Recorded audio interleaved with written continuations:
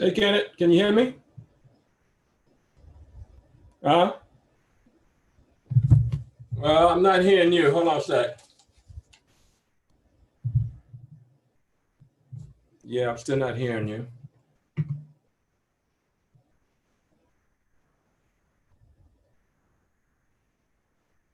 All right, let's check that. Now, can you hear me? I can hear you now.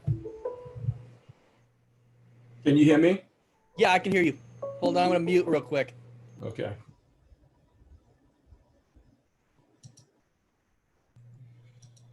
Sorry about that, my phone started ringing. It looked like it disappearing. That's why you need a green screen. I do. Hi, everybody. Hello. So I thought we'd go ahead and run this like normal and have the, what do you call it, the giveaway at the end, if Okay. that's cool with you guys. That's great. Yes. Okay, there we go. So I think we ready to go. So anyway, let's get started. So what we're going to be talking about today is text effects in After Effects. Okay, and so, but before I do that, I want to kind of do just a quick executive summary, if you will, of what Adobe After Effects is and all that it can do. But we're going to be covering a small sliver of what you can do in After Effects. So After Effects is a compositing tool rather for video, audio files, images, text, and 3D to generate creative content. It does that using a host of other different types of tools, plugins, scripts, and effects to output to a host of different various formats. Okay, and we won't be able to go over that today, but you literally can just throw anything at After Effects and create it and animate it. That's the key to After Effects. In fact, hence the term compositing tool allows you to take all of these elements and composite them into a unit as a whole. Now, if you know Photoshop, it's helpful to think of After Effects as Photoshop in motion. You can just about animate anything in Photoshop. We'll see some of the things that you can do with After Effects that if you do it in Photoshop, you can animate it. And even more, you can animate lights, cameras, action. When I say action, I'm talking about effects and filters in Photoshop. You can animate objects, bitmap vectors from Photoshop, text, 3D, as well as the mask. So there's a lot of things you can do. If you already know Photoshop or Illustrator or Animate, a lot of these concepts are basically the same. The only difference is Adobe After Effects allows you to put them in motion. And in fact, a lot easier. I'm gonna show you some examples where using the trim path animator, what used to take me hours to do in Flash, I could do in a matter of minutes now. And so it's a very powerful tool to speed up your process. Now, again, if you're familiar with these various other types of applications, Photoshop, Illustrator, and Animate, After Effects basically does all of those things as well, okay? Now, sometimes they go by different names. For example, in After Effects, it's called composite. In Photoshop, it's called a canvas because you're drawing typically, right? It's primarily a bitmap tool. In Illustrator, it's called an artboard, right? Because you're literally drawing or illustrating. And in Animate, it's called a stage, but you just get that white screen when you open up any one of these applications, right? The display area, we call it. And then as far as embedded objects, in After Effects, it's called pre-composition, where you have an object in an object, right? In Photoshop, we call that a smart object. Those who are familiar with Photoshop smart object, you know what I'm talking about. In Illustrator, it's called a symbol isolation mode. And in Animate, which used to be the former Flash, is also called symbols. So there's a lot of commonality between these programs, and what might confuse you is like, man, I gotta learn something new. Well, in reality, there's a lot of things that are the same, but they just go under different names. Scripting is another example. In After Effects, it's called expressions. In Photoshop, it's called actions, or some of you may be familiar with droplets, right? Which is an exe file that you can execute your actions. And then in Illustrator, you have actions as well, or macros or actions similar to Photoshop, as well as in Animate, you have animated script or ActionScript rather, or JavaScript. Well, expressions in After Effects are actually JavaScript as well. So what I did was I compiled a list of all the things in all of these programs. You can see there's a lot of similarity between all of them. In fact, it's like 3 pages of stuff. So the bottom line is you can animate just about everything in Photoshop. Now, over on the side here in my menu, I have text, I got shapes and solids, animation, linking and grouping, 3D, special effects, video effects, painting, color, keying, timing, audio, video, all of that stuff you can animate real easily, I may add. We're going to be covering just a small segment of that, and that's going to be text. Okay, so let me get out of this Word document. I have another Word document that we're going to be working from. And so what I entitled this lesson is After Effects for Photoshop, Illustrator, and Animate users.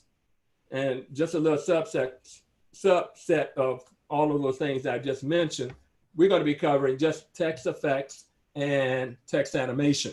Now, there's a subtle but distinct difference between those two, and we'll talk about those as we go forward.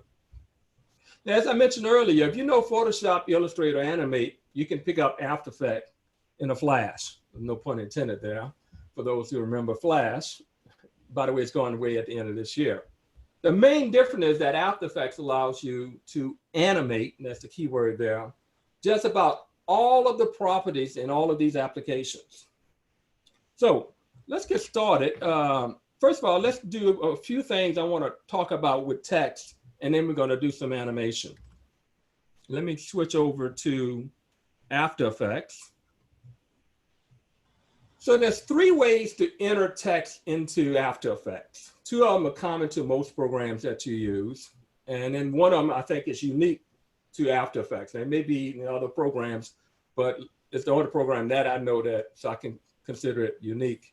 So one way to create text is you click on the text tool or the type tool, and there's 2 of them. There's a horizontal type tool, and then there's a vertical type tool. Again, this is the same exact thing like Photoshop, like Illustrator, like Flash. Okay, so if you know that, that's nothing new. It's one of those transferable skills. Once you learn it in one application, you're not relearning it in another. Okay, so all you got to do is click on a type tool, for crying out loud. I'm sure you've done that in many other programs, right? Word, Excel, PowerPoint, right? And then you click, and then you start typing.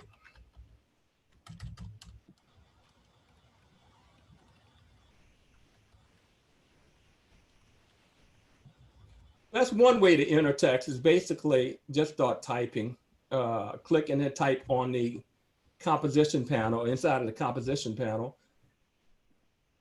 Now, if you want to move this text, you don't want to type, you don't want to click the V key to access this selection tool, because it's obviously going to type a V. So when you're typing, you're in the edit mode. So you got to get out of the edit mode into what they call a layer mode. Now, the way you do that is you hit the enter key on the numeric keypad. Now watch what happens when I hit the enter key on the numeric keypad.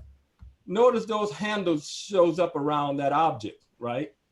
I'm in a layer mode. So anything I do now is going to be a layer or an object that I can move. So now I can hit the V key, and it's not going to type a V next to the S, and I can move that object in place. Okay, so that's good to remember, is that when you're typing, if you see the cursor, you know you're in edit mode. If you see some hollow dots around it, you're in the edit mode. To get into the layer mode, you have to hit the enter key, not on the keyboard, but on the numeric keyboard, in order to commit that to a layer. And then you can hit the V key to access the selection tool to either select or move an object, like you do in Photoshop, Illustrator, Flash, and again, many other programs that you do. And again, you're gonna hear me say that over and over again tonight, because again, once you learn this in one program, it's not much difference than any other. Now, I'm not gonna talk about, using the character panel. Again, the same thing like in most programs. I'm not gonna talk about the paragraph panel, because it's the same thing as in most programs, right? I'm sure you guys know how to do that. We're gonna focus on what's different. Okay, so that's one way of creating the text. And when you create text, it creates a layer, just like Photoshop. just like Illustrator. I believe Illustrator does this. When you type text, it will automatically name that layer the same as the text that you typed. Okay, so that's one good thing. So I'm gonna select this layer and hit delete. Let me show you another way to enter text. Another way to enter text, like in most programs, like InDesign, is to click and drag out what we call a text box, right? And this is going to allow you to enter text, and that text will automatically wrap within that confined box. So if I type in After Effects, notice it wraps to the next line. So using this technique is useful when you have a lot of text you copying from one application into After Effects. And if you want to confine some text in a given area of your composition, a text box can come in handy because it's going to wrap it automatically for you. So again, you should be familiar with those ways of doing a particular first way.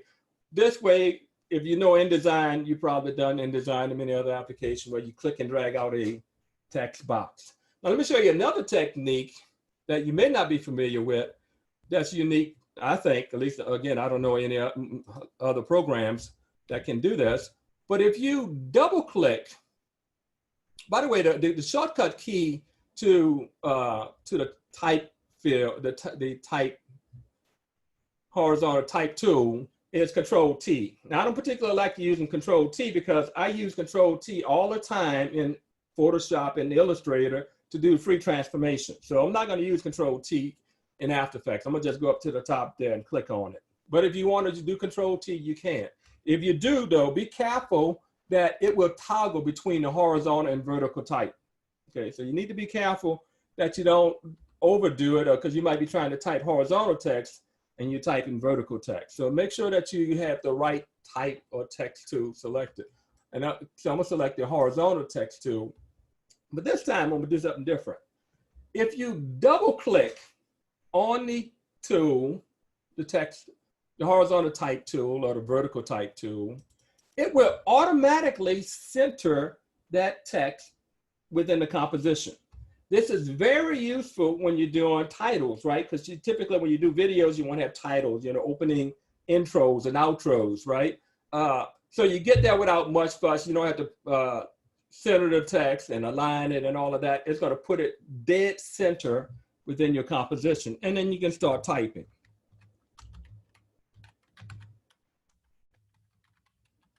Now, just like Photoshop, just like Illustrator, if you double click, it's going to select, where if you double click, it's going to select one object. If you triple click, it's going to select all objects. When I say objects, I'm talking about words, right, within the text field. And just like Photoshop, if you get near the double T here and just scrub it, it will increase the size of that font. Okay, so that's true of Photoshop, true of Illustrator. I'm not sure if you can do that in Animate, but I know Illustrator and Photoshop will do that for you. So you can increase the size of the font just by literally just pulling on the, using the double arrow here and literally scrubbing it. Okay, there you have it. So those are the three ways of getting text into Photoshop. I mean, to After Effects, rather. Now, let's go back to my notes. Cornelius, that's a slider or a scrubber? It's I guess you can call it a scrub. I guess you could be scrubbing it. Because I don't think there's a slider at the bottom of it, so it's a scrubber, I would assume. I'm gonna skip all of the again, you know about full text, full bold, and full text. If you don't have if you have a text that don't have that, you can add that. But I'm gonna skip all of the formality there. I want to get right to the animation. So let's talk about animation in After Effects. Okay, we're gonna cut right to the chase here because of time. Let me get back to After Effects, and I'm gonna double click. And I'm going to reduce this because I want to make it a little bit smaller.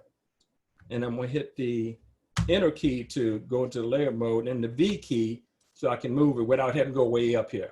Okay, I could have just went up there, but that's, now you're gonna usually get this thing right here where you can't see it. You gotta hit the num lock key, or the cap lock rather key, to see it again. So I'm gonna move this halfway off the stage so you can kind of see it right there. So let's talk about animation. Now, After Effects is no different than any other program that does keyframe animation. And believe me, I've done many of animation in Flash and Photoshop and a host of other programs.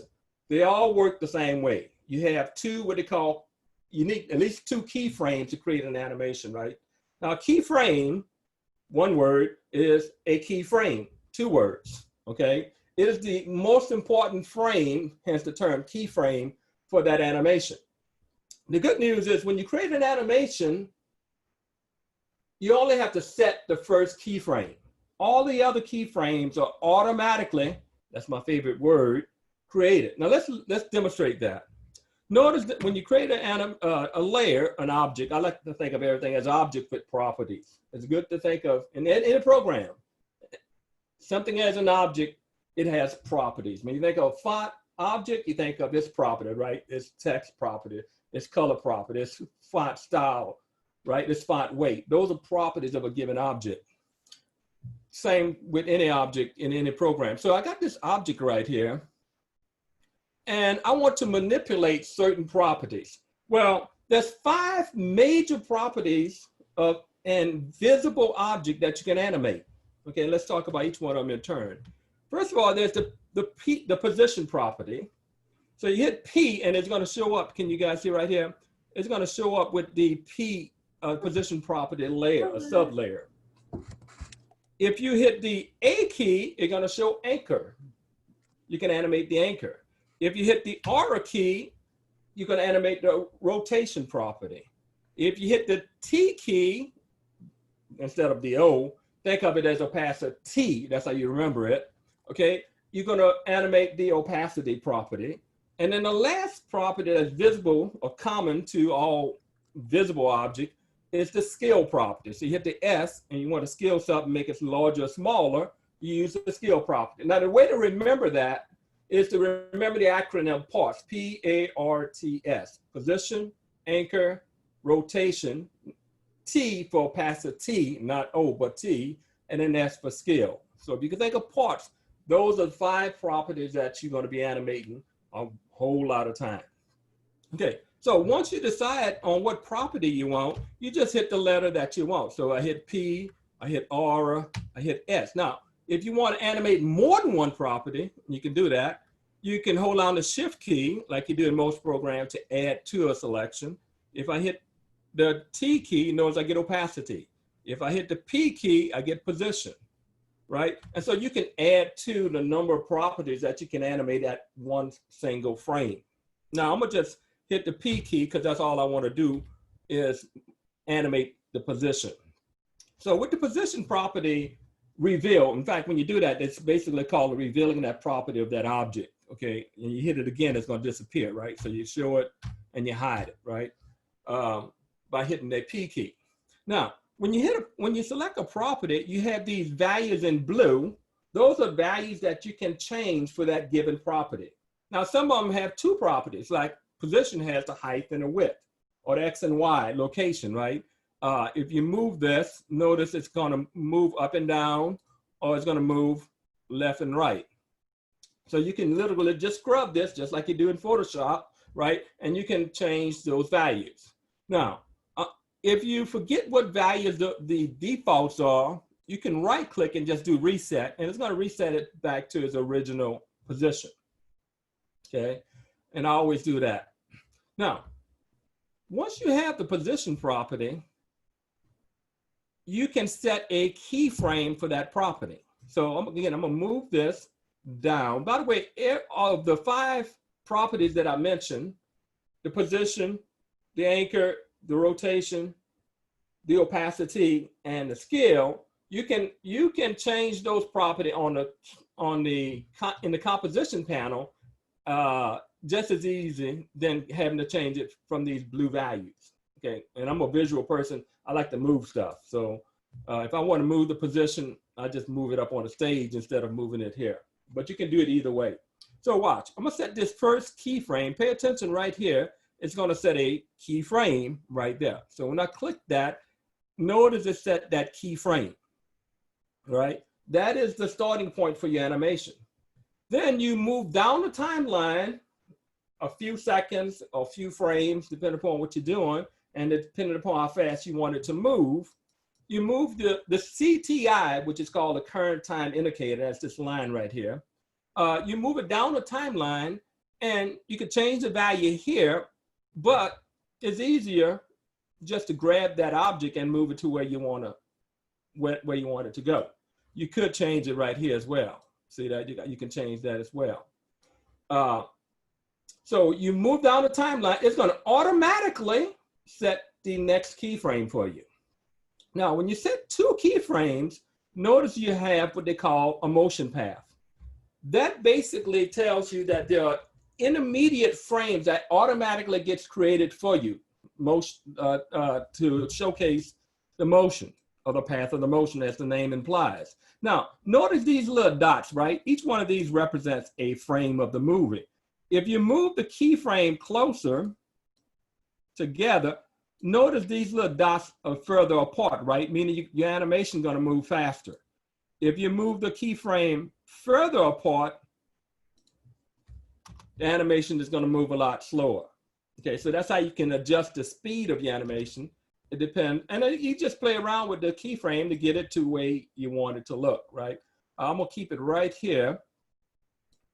And then when I play it, by the way to play this is you hit the space bar key and it's gonna animate it.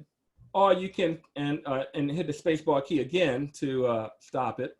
Or you can hit the 0 key on the numeric keypad and then do what they call a RAM preview. This is a better rendering of that animation. I'm gonna hit the 0 key on the numeric keypad, and that gives you a better rendering. You can see it, this green line represents the it being cached in memory.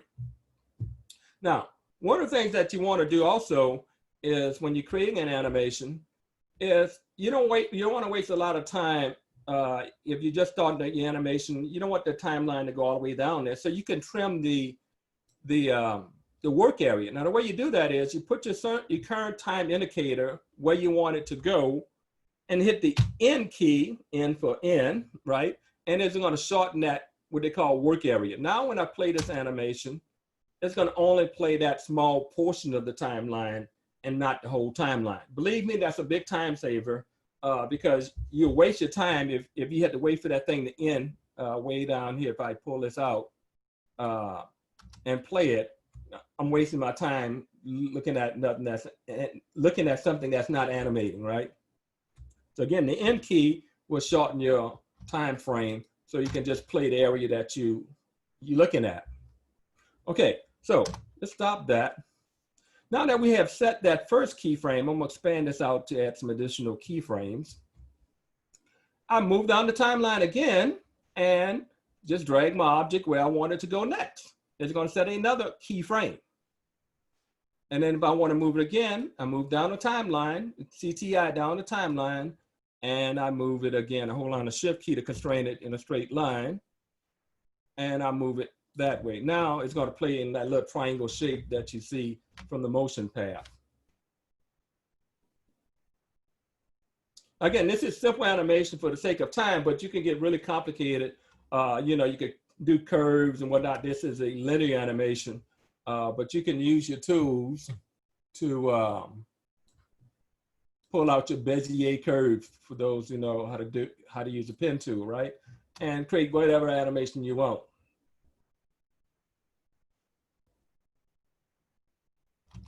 Okay, now, again, the speed of the animation is dictated by how close these keyframes are apart.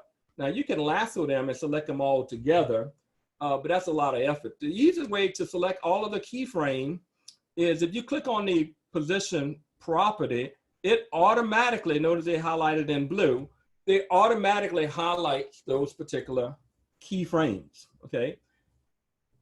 And you can do whatever you want with them thereafter. In fact, I could hit the delete key to delete them. Or I could click on the stopwatch to delete the keyframe. Now, what you can also do with keyframes is that you can do what they call an ease in and ease out, okay? This creates a real world motion, if you will. Let me give you an example, analogy of that. When you're driving a car, you just don't go 60 miles an hour. You start off at 0 and then you go up to 60, right? So you start slow and go fast.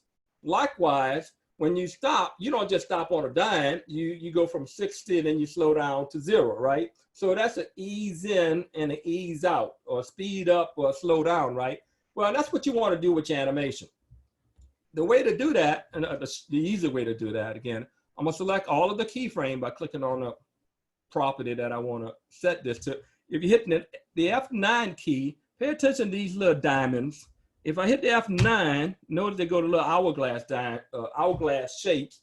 Now it's set the easing for those keyframes. And if you pay attention, notice these keyframes are about the same distance apart, but when it gets here, it slows down, right? They get closer together. So this is the easing in and the easing out caused by that.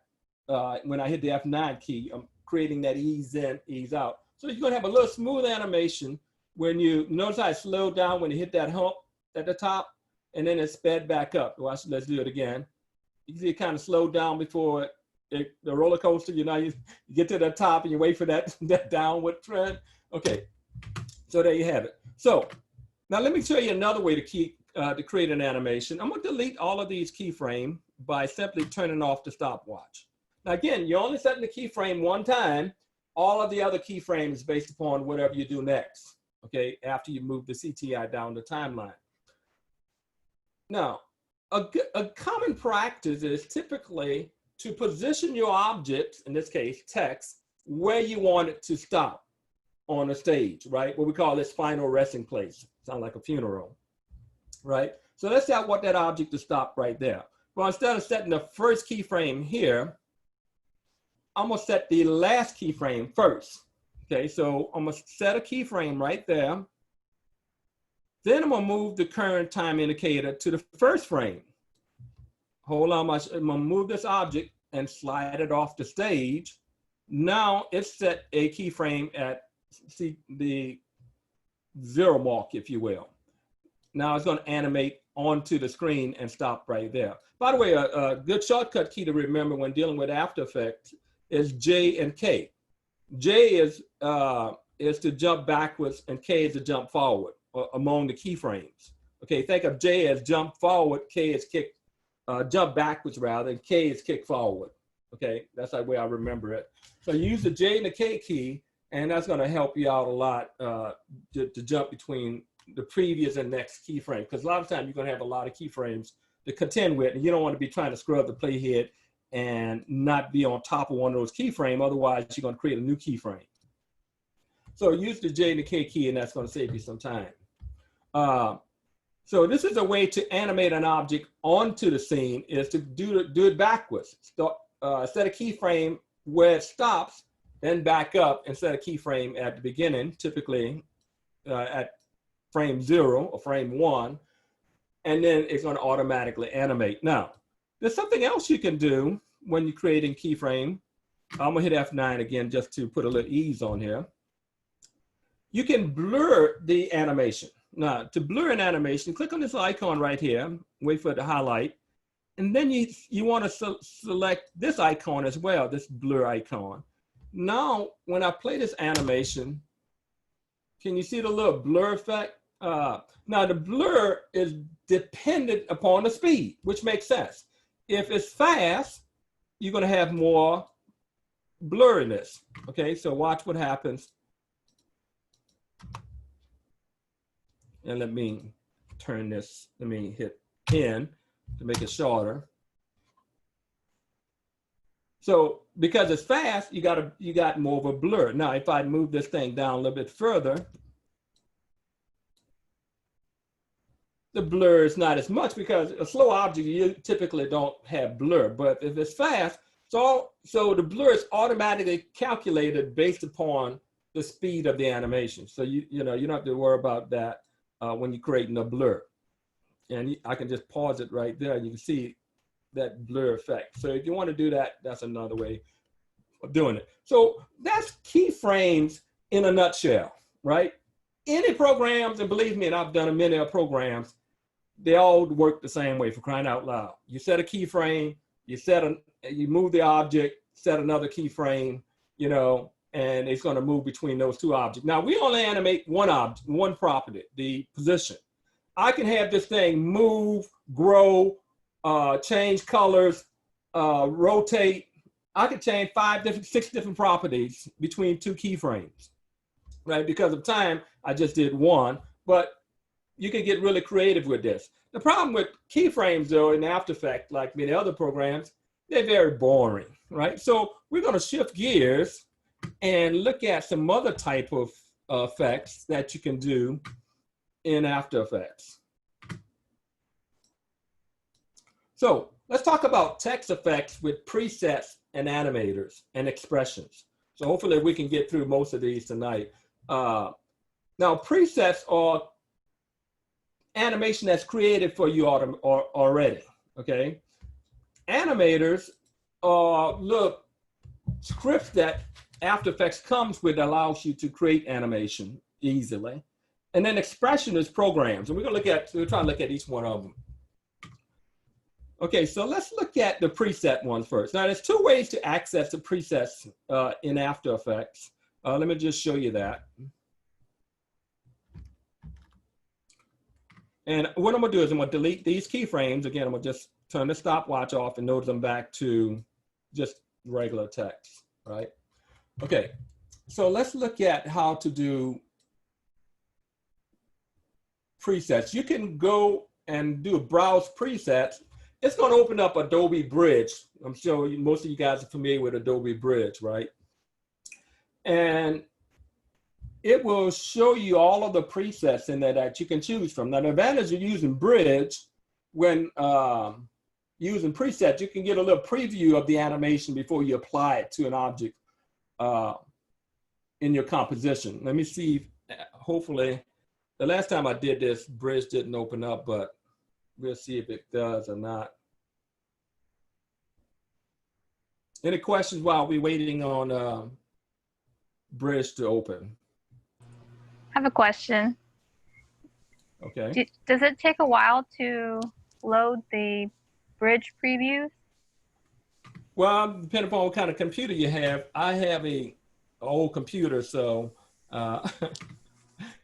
it shouldn't. I got it on this other screen. I'm trying to pull it over. Let me see if it's going to come over.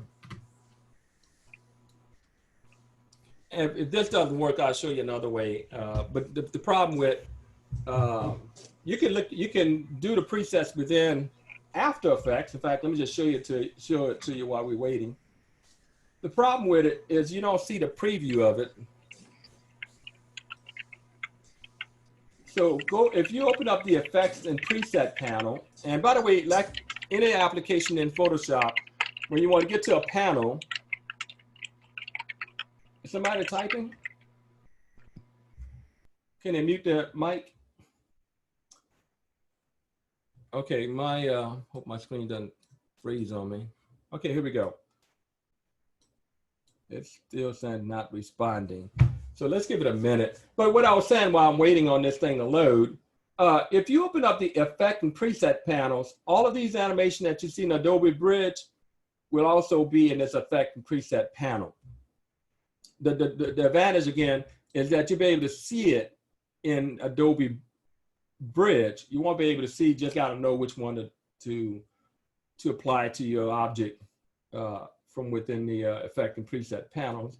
Hopefully this thing will come up and I can show you an example of that. We'll just look at a few of them. And some of them are rather cheesy, I may add, but so you want to be careful not to use some of them. But let me see if I can open this thing up a little bit. Still trying to kick in.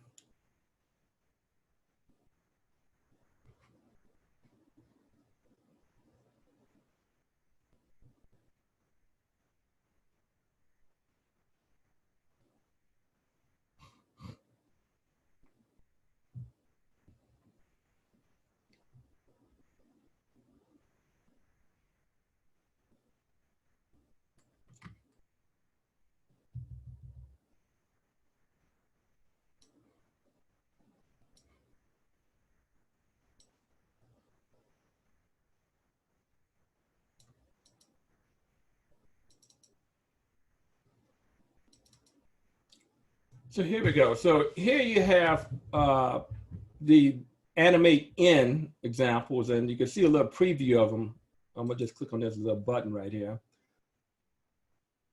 See if it plays. Okay. So you can see the effect that you're gonna get as you click on the various types of presets.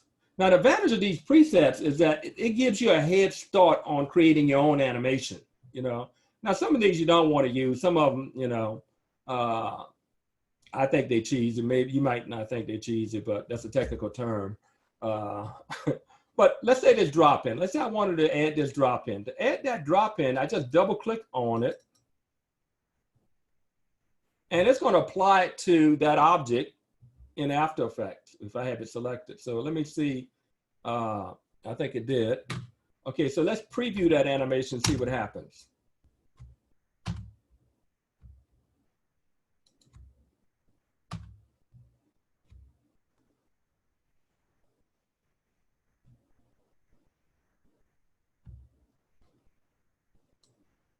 Widen it up a little bit. And I still have the blur on, so I need to turn that off. That's why you're still seeing it blur. Let's try that again. So remember, that was the drop-in effect, right? And so what it's doing is it applied that particular animation to that object that I had selected. And you guys know the golden rule, whatever selected gets affected by what you do next, right? Well, when you do that, when you create an animator, when you use a preset, it automatically creates an animator. You see this is animator 1 right here? That's the sub layer that got added when you did that. So what I'm gonna do is delete that particular layer. So I'm gonna select and hit the delete key, and notice I'm back to normal, right? So it literally just add one layer into your property list for that animation.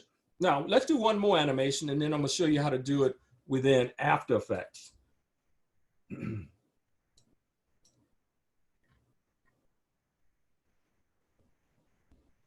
And I think there's a search feature in there, but it got so much stuff going on here. Let's just double click on this one. See if we can get, again, you see a little preview of it right here.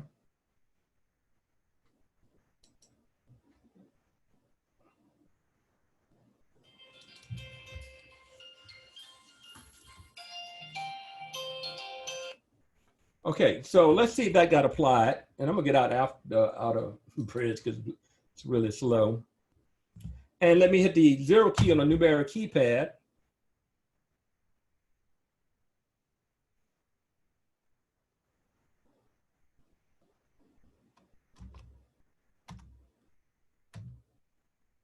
Let me do that again.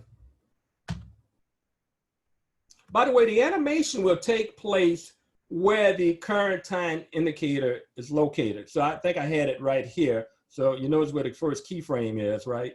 So your animation is going to take place at the current time indicator location. Notice it added 2 animation right here. We'll turn that off right here. You see Animator 1, Animator 2. So I'm gonna delete both of these. So I'm just select it, hit delete, right? And now I'm back to the regular text. So that's the way you do it inside a bridge. The advantage again of bridge is you'd be able to preview it. But all of the animation presets are in the effects and preset panel under animation preset. Now again, there's a whole lot of stuff you can create effects with, right? You can generate smoke, fire, explosion, I mean, all kind of stuff, right? But this is the preset, the one right at the top. These are the same preset that you saw in the bridge in different folders. Now, if you know your presets, you know, you get familiar with the ones that you like, you can just type it in. For example, I could just type in drop in, that's the one we used earlier, and notice drop in characters right there. So the way you apply a animation to an object is simple. You simply drag it and drop it. How many of you would laugh if you think you can do that? Okay, and then hit the 0 key on the numeric keypad, and there you have it. Okay, so I'm gonna do Control Z to undo that. And let's do another one. I'm gonna do the hummingbird. Okay, so I'm gonna select the hummingbird, and I'm gonna literally just drag and drop it, just like that. And then I'm gonna hit the 0 key on a numeric keypad, and that's the hummingbird effect. Now, you can also drop it. Let me do Control Z, then do that. You could drop it here, or you could drop it on the layer itself, right here, down to the bottom here, and that creates the same effect. Okay, so it's literally a drag and drop operation. If time permits, we'll see how to create one of these using the animation things. Okay, so anyway, that's how you do presets. So let's go on and delete that.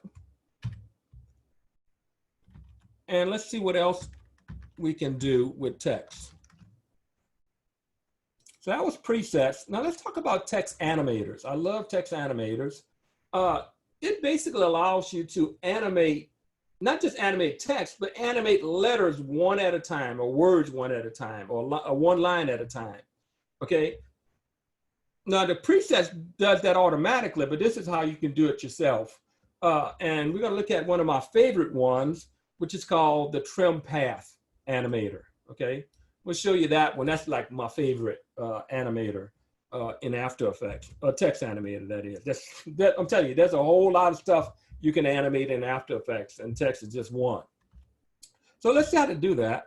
Go back to After Effects, and I'm gonna bump this up because I want it to be big and bold. So I'm gonna bump that up real big. And I'm gonna hit the Enter key to go into the layer mode, the V key to select that, and then I'm gonna kind of move it where I want it. Okay, so what I wanna do is actually make it a little bit bigger. So let me triple click again, because I want you guys to see this. Okay, real big.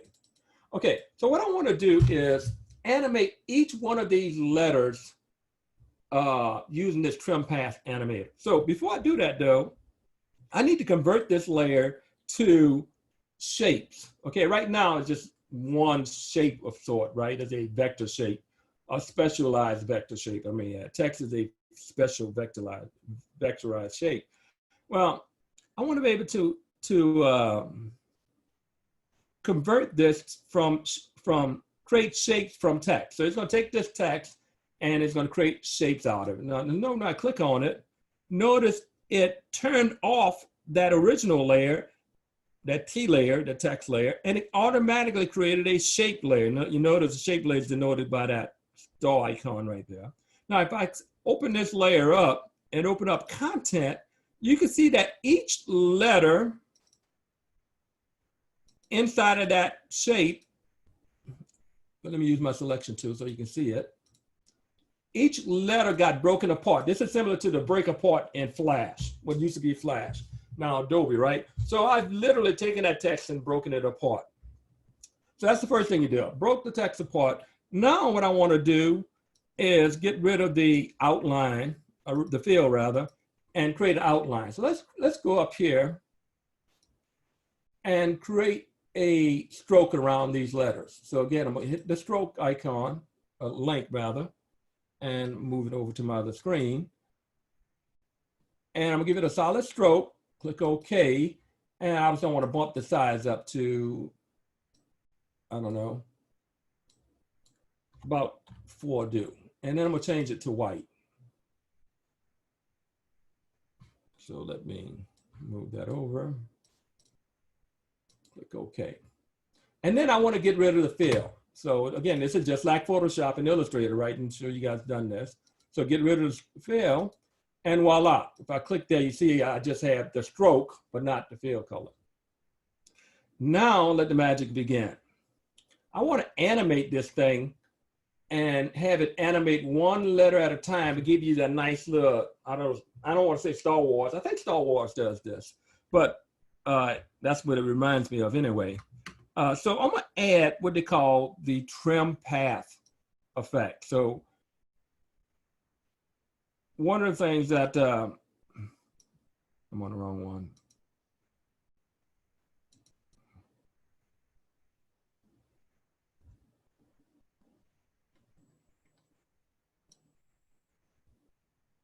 So what I want to do is click on this little add icon right here on the content, and I'm gonna click on trim path. Now watch what happens. When I do that, it added another sublayer called trim path, right? Let me scroll down and open it up. And notice it has the start, end, and offset. So what that does is, we'll see this in a minute, it's going to animate those letters automatically for you. Watch what happens when I scrub this playhead for the start. You kind of see what it's doing? It erased the letters. Can you guys see that? So that's what we want to do. So we want to set this thing. I think I need to set both of them to 0 and then animate it back. So I'm gonna set both of them to 0, and I'm gonna set a keyframe for both of them here. I'm gonna go down the timeline, and I'm gonna set the keyframe again. And you can see what it did. It animated those objects onto the screen. You guys see that? So let's play that, and I'm gonna trim my timeline by hitting the end key, and then I'm gonna hit 0 to create that. Now, if I was to do that in Flash, that would have taken me several hours, believe me, to use, masking and all that kind of stuff. But if I didn't have to talk about this, I could have done this literally in 1 minute flat. Now, right now, the problem, and you may like that, but what I want to do is be able to animate one letter at a time. Okay, and that's easy. Let's show you how to do that. If you notice down at the bottom here, under the trim path that we added, is Animator, it has trim multiple shapes simultaneously, right? So it's going to animate them simultaneously all at the same time. But watch what happens when I select it to individual. Now I play that animation. Notice it, and again, it's fast, so let me speed it up. Let me slow it down rather. So I'm gonna just move that keyframe to slow it down so you can see it better, and then hit the 0 key again, and you can see now it's painting, as it were, each letter one at a time. Now again, I remember doing this, it's been a long time, in Flash, and this took me several hours, mind you, to do. So I was really jazzed about seeing that. Okay, so now I'm still not happy.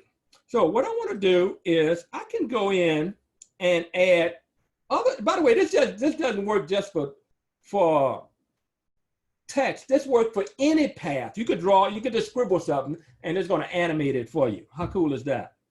So what I'm going to do is I'm going to draw a box. Watch this. I'm going to draw a box, a rectangle right here. Use the rectangle tool. And I'm going to literally just drag that box around that text, just like that. Now, and I'm gonna hit the enter key, and look, automatically it animated that box for me. Now, how did it know to do that, right? How did it know to animate that box? Well, just like Photoshop, just like Illustrator, when you have a vector and you have it in a layer, and then you draw another vector, that vector get added to the same layer, right? Same thing here, because I added, notice it added above, remember we had these letters individually, it added it right above that in the content folder, right? And so it knows to animate that object as well. Now I could take it out and have it separate, but when I fumbled across that, I said, man, that's really cool. When I thought about what I did, anyway, I was really jazzed about that. So you have to forgive me for my excitement on that front. And if you wanted to, again, you could go crazy with this. You can select these individual letters one by one and, change their color, whatever, And I'm gonna just do a few of them just to show you that,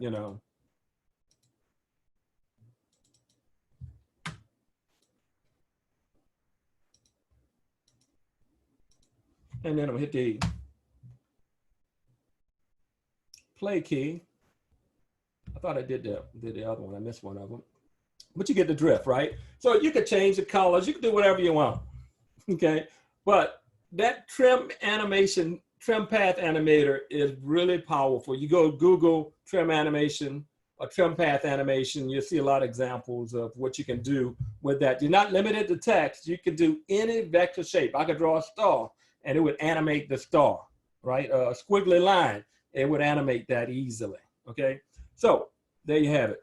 So let's get out of that and see what else we can do. So I'm going to delete this one and go back to our original one that they turned off automatically. right here. And go back to my notes. Let's look at another thing you can do with text. You can apply some programming to text to animate it. Okay, so let's see how to do that. So once I have text, I want to set some. I want to program a certain property. In this case, I want to program the position property. So I'm going to hit the P key to reveal the position property of that object, right? Now, normally you click on the keyframe right here to set a keyframe, the stopwatch rather, to set a keyframe. Well, if you alt-click on there, you're going to set what they call an expression. See, it says expression for the position property. And this is the default expression, or that's programming code for you geeks out there, right? Well, I can change that to whatever I want. If I know JavaScript or I know, how to do this, I could just type that in. But for those who may not be familiar with how to do JavaScript or whatever, you got a little menu right here. And there's a boatload, that's a technical term, of stuff that you can animate, okay? We're gonna keep it simple. And we're gonna do a wiggle. Wiggle is a really popular thing. So we're gonna click on this wiggle, and bam, it automatically writes the code for me. How cool is that? Okay, I'm excited about that. Now, you don't have to fill out all of this. The only thing you need to know is the frequency and amplitude, right? And so I'm gonna delete all of this and just add those two arguments. Now the frequency is how many times do you want this thing to wiggle? Okay, 10 per second. So I'm doing 10. And the 50 is how high do you want this thing to wiggle, right? I'm doing 50 pixels. So watch what happens. Now I'm gonna hit the return key or the enter key on a numeric keypad, not on the keyboard, otherwise you're gonna create a new line in this code. So I'm gonna hit the enter key to commit it. Now I'm gonna hit the 0 key to animate it, to play the animation. And this thing will animate automatically all day long without a single, let me say that again, without a single keyframe. How cool is that? So that's just one expression that you can apply. But the expressions are really powerful in After Effects. You can tie it to other objects and have other objects animate from other objects. Okay, like a robot, you have the arm on a robot animating and stuff. Okay, when you do expression, notice those key values are in red. Those values are in red. That's your key that is an expression. So that's what you can do. So let's do something else. I'm gonna get out of that. And I'm gonna do alt-click. And then that takes me back to my normal text. So if I hit the return key or the enter key, notice it's not doing anything. Okay, let's look at what else we can do. I'm going rather fast here, but because I want to cover quite a bit. You can put text on a curve. Now, this is one of those things I was telling you about in After Effects, and not After Effects, in Photoshop and in Illustrator. You do this all the time, right? You do a curve and you put text on a curve. I'm sure you guys have done that, right? The problem is you can't animate it. Let's see how easy it is to animate this in After Effects. Okay, so I got this text. I'm gonna make it a little bit smaller because I'm gonna create like a little roller coaster effect of sort. So I'm gonna bump this thing down like so. And then I'm gonna use my pen tool.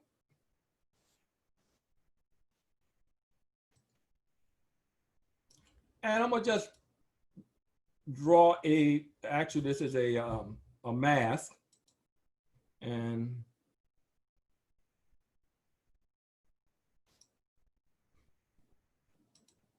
why is that not working? Oh, I got the wrong thing. Okay, so here we go. Why is that not working? I was on add. Okay, so there's my shape, not fancy, but functional. Okay, well, what I like to do, particularly for beginners, is just use lines and then pull out the curves. Okay, what I normally do. Beginners can appreciate that a lot better. And then, if you want to, you can move things up and around however you want with the selection tool. Okay, so there you have it. I got this little shape. And again, you can kind of play with this however you want. You can move these however you want. I'm gonna create like a little roller coaster with this text. So what happened was when I created this text shape, if I expand this, you see it has that shape right there and a stroke and all of that fun stuff.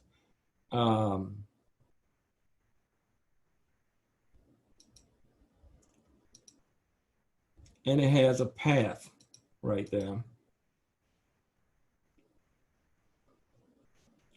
So I want to change, let me see, I forget how to do this. Let me go back to my notes real quick. Okay, so I want to create open path and then text path option. Okay, let's see if we can find that.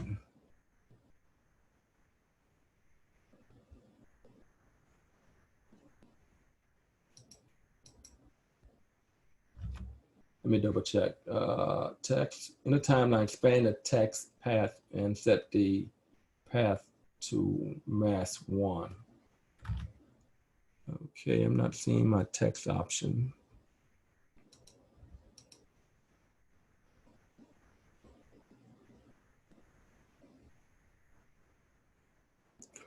Okay. No, that's a shape. No, I'm on the wrong one. That's the problem. Let me delete this.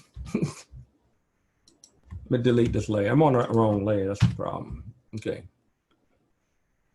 That's why I wasn't seeing it. So here we go. This is what I'm looking for, this text path option right here, right? And I'm gonna have to draw my shape again because I just deleted it. I was on the wrong layer when I did that. So let me use my pen tool again and draw this shape again real quick.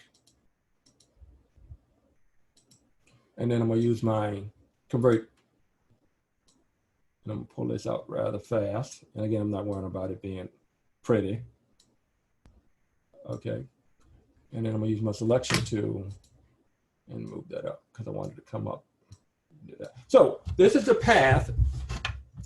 And this is the shape that I'm wanting to animate to. So notice right here on this path, it's currently set to none. Watch what happens. Okay, still set to none. Why is that not giving me?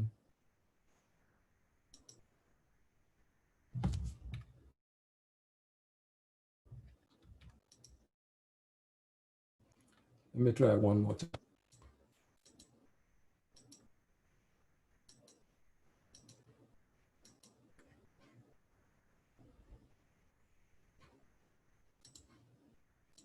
Okay, there we go. Okay, so now we have a mask. Okay, see right there, mask 1. So I'm basically telling it to bam, to lay down on, you see that, see what it did? So now I'm gonna go in and add and adjust my anchor because I don't like those things there too much.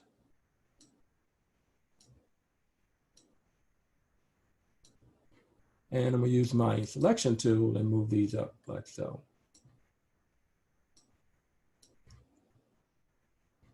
So notice now that the text is along the path. Again, I could clean that up, but for the sake of time, I'm gonna just keep it like that. So now I'm gonna use this margin, this first margin, and I'm gonna scale it. You know, this little roller coaster thing right there. So I'm gonna just drag it up. I'm using this scrubber right here. So I'm pulling it up the track as it were, right? Pull it all the way up, all the way up. Okay, I'm gonna leave a little bit showing so you can see that it's coming from there, right? And I'm gonna set a keyframe right there for that first margin, bam. Okay, and you see a keyframe. Go down the timeline, right? And change that same property, but this way I'm gonna scrub it the other way. So I wanted to go, wee, you know, like Six Flags. So bringing it up, okay, you see what I'm doing? Like so. So now watch what happens. And again, I'm hit N to trim my workspace, and I'm hit the 0 key to animate. Wee. Okay. Now again, if I had to do that in Flash or in Animate, that would be hours trying to do that. Okay. I could do this literally in a matter of minutes now. Okay, and it could be any path, any shape, whatever. You can animate, and you can put your text on it and have it do the little wiggle, the worm, the roller coaster, whatever you want it to do, right? Just that easy. Okay, so that's another cool effect. Again, not that easy. I mean, not that difficult, right? I mean, create a path, create text, put the text on the path, and animate it. I mean, just that easy. Okay, how are we doing on time? Hey, Kenneth. We're doing okay on time, like 15 more minutes. Okay, so let me see if I can squeeze in one more thing that we can do, and then we call it a quits. So, because I know I'm doing a lot. So, and in fact, I'll just delete all of this to make it easier for me to do. So I'm gonna double click on this, and I'm gonna, because that's how I get the text easily.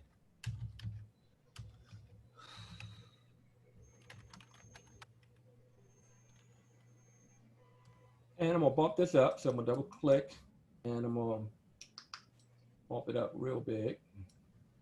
So what I want to do is create one of those presets that you saw earlier, right? So what I'm going to do is go down here and click on this little animator. This is how you do the animators. And I'm going to, first of all, I'm going to select the position property, right? Click on it, and notice it created an animator with a range selector. Now, the range selector allows you, as the name implies, to select a given range of position. Let me open it up to show you. See right here. Let me just move this down. In fact, actually, I could do it from the canvas here. Let me see if I can move that one and move that. So you see, I'm set right here, right? So if I move the position now, only those two objects will move. You see that? And so that's what the range selector do. It allows you to select a given range. You can select both words, a few letters, whatever, to create a range of selection for your animation. So I'm gonna reset this. By the way, again, the reset is just right click and do reset. And I'm gonna reset this value, and I'm gonna reset that value back to where it should be. Okay. And then I'm gonna set this to, I believe, 100.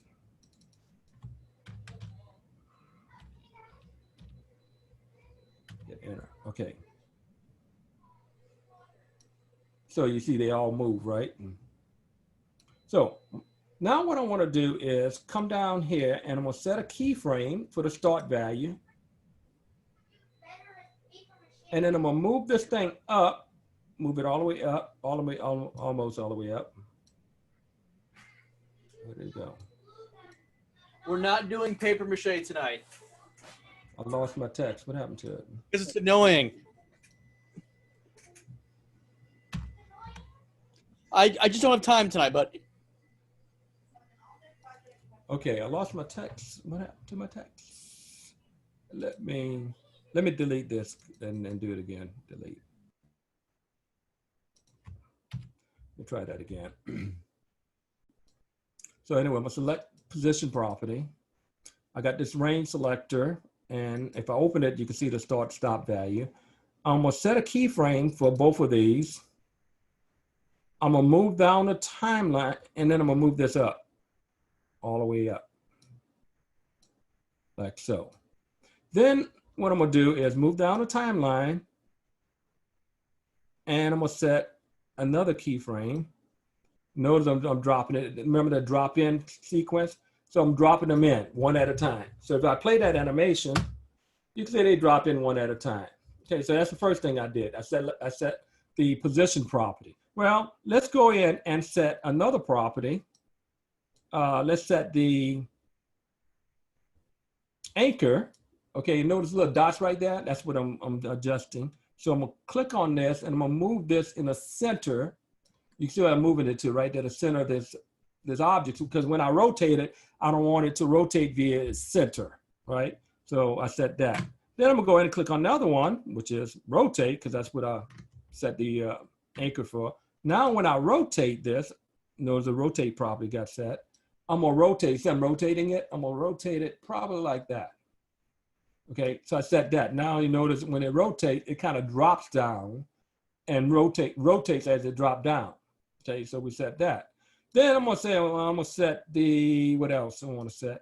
I want to set the, what else I want to set? The scale. So let's say scale. Now I want to bump this thing up way big. So notice I bump it up. Now again, it doesn't look good right there, but we're gonna correct that problem in a minute.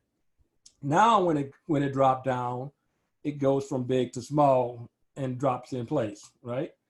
Well, obviously that doesn't look too good, so I'm gonna set another property. I'm gonna set the color. So let's select fill color, RGB. And you can change that to whatever color. We'll keep it at red for the sake of time. Notice it animates now from red to yellow. You could animate and in between, right? See, there's a different color, right? So it's gonna animate the color between the keyframes. And one other property I wanna set before we close is, make sure I go to the frame 1. I wanna set the opacity, because obviously I wouldn't wanna see it when it first starts. So I'm gonna set that to 0, bam. Now it animates, it just kind of fades in and drop down. And all of those properties, and I did that in less than a minute, for crying out loud, okay? You could play around with that and create some really unique, creative text effects without much fuss, okay? Just sliding stuff on the stage, anybody can do that, for crying out loud, right? But create text effects. Now, text effects is animation, but it is in a class of its own, right? And so that's the kind of effects that you can create in After Effects. And we've literally just scratched the surface, but I wanted to kind of give you a flavor of what you can do in After Effects in a few steps. After Effects, text effects made easy. Okay, that concludes what I have. And there's some other things you can do. You can do 3D. I can make the text 3D. I could add light, camera. I can go crazy with all kind of stuff. Okay, but we don't have time. That's what I have. And any questions?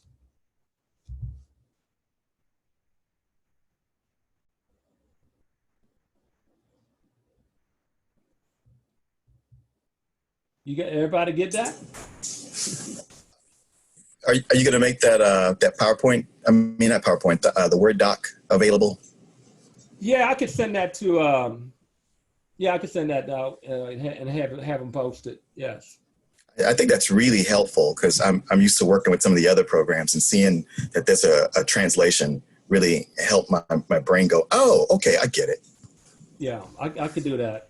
Like I'm saying, that this is a small segment of a bigger file that I'm creating on After Effects. And this is basically a rush job. Usually, you know, because of time constraints, I'm rushing through stuff, but normally I would take my time and break this down and explain a lot more. But yeah, and my notes has a lot more details that I didn't cover. Right on. Are you going to be offering any more classes in After Effects? Yeah, in the future I will be, because I'm just learning it, and I'm lacking. My biggest regret with After Effects is that I wish I had learned it 10 years ago. Yeah. Because I've been using Flash, and you know, it's one of those situations where you say, I don't want to learn another program. And I thought After Effects was hard. You know, you have one of those moments, you know, it's like, I don't want to learn that, look hard, right? And then I got in it and I'm thinking, you know, I mean, you guys saw what I did, right? I mean, it's not that difficult, for crying out loud, right? It's not as bad as, it's not as intimidating as most people. It's how it is explained sometimes that can make it a little bit intimidating.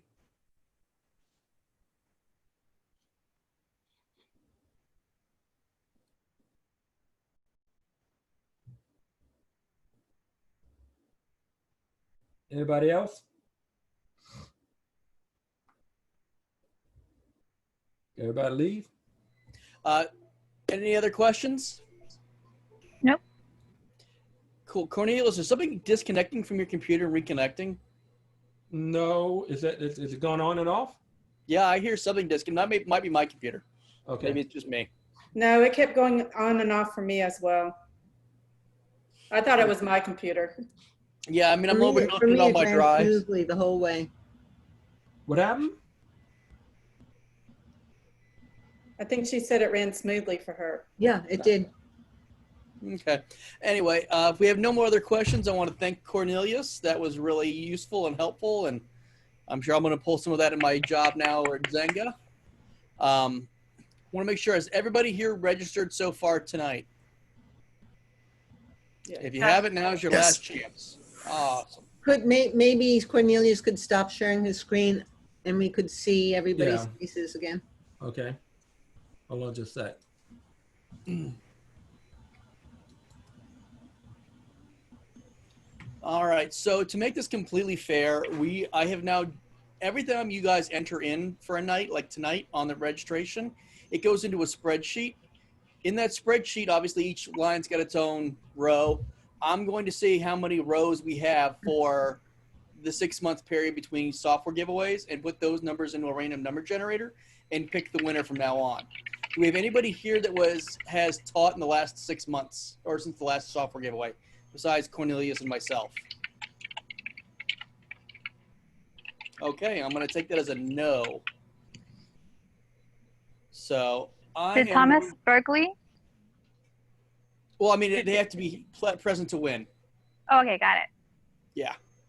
Awesome. All right. So for the 10 stock images from Adobe, that is going to Martin. Oh, right on. Congratulations. Cool.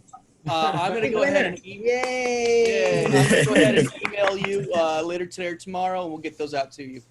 Okay, right Jerry, on. I'm going to get with you as well about that too. All right. All right. Now for the big software giveaway. Woo. Number 4, Karen. Congratulations. For what? You won the software. Oh! Wow, okay. Maybe I should have done more fanfare. I'm sorry. Karen, always Let me win. ask something. No, actually, let me ask you something. Am I actually eligible? Because I've been getting the Adobe Cloud courtesy of being a co-manager. I don't know that I'm an official co-manager, but Donna did arrange it because I host the website and run the Google group, and now I'm hosting the Zoom group. Well, in that case, then no, you were not eligible, so no, you did not win. Good. I don't want to waste it on me. Right. As long as that continues, let somebody else in the room be a big winner. Yeah, Right, all right. exactly. Let me go ahead and then recalculate this one more time, and now I'm going to do a drum roll because I can now. Oh, okay. And the winner is, let's see, Dane. Am I pronouncing that right? I'm horrible at names. Diane? Diane. Diane, I'm sorry. Yes, Awesome. Diane. Thank you so much. So I'm going to put you down as the winner tonight, and I will contact you as well in the next Great, day or thank you. two. And All thank right. you for the presentation. It was very helpful. You're So Yeah, it was I very, think- very good. Now, Thank the you, thing is, Cornelius. Cornelius did a welcome. great job tonight. I'm really happy with him going ahead and doing this. But if there's anything you guys have, Photoshop, Illustrator, anything you guys know that you're like, I'd really like to go ahead and, show those off. Even if you don't feel like you're a super expert in it, that's fine. Just reach out to me or Cornelius or Karen and let us know. We'd love to go ahead and get more people in here doing this. You get 5 tickets for every time you do that. So that's 5 chances versus the 1 you get for just showing up. So like I said, just reach out to me. It's not a problem. And even if it's not Adobe software, if it's Adobe related, that's fine too. Maybe you're skinning stuff in Blender and you want to show how to build a skin, but you're building that skin in Photoshop to bring into Blender. That's fine. Stuff like that's okay. Just, let us know and try to get more people in here as we can. So. Kenneth, I'm thinking that since we have a couple of winners tonight, if you give me their names, I'll write a short blog post to put up on the Adobe website, just touting that. And if either of you have portfolios that you want to link to, we can link from your name to your portfolio. So you could write to Kenneth@AustinAdobeUserGroup.com with any information. Okay. Oh, and also, if you know of any jobs or you're looking for jobs, now's a good time to ask. If anybody knows of anything. So, okay. Fortunately. Well, if I do know of anything, I usually try to post it up on the Facebook group just so everybody can see it if I hear about stuff. It's a good place to post it with anybody that does. Kenneth, are you going to bring up that topic? Oh, sorry. It's been a long day. I'll just do it. Let me take go ahead. over. We have a website that is hosted on, that I host, but it's it has its domain of austinadobeusergroup.com, and that's where we post all of the meeting notices. We also have links to the recordings, so of all the past programs.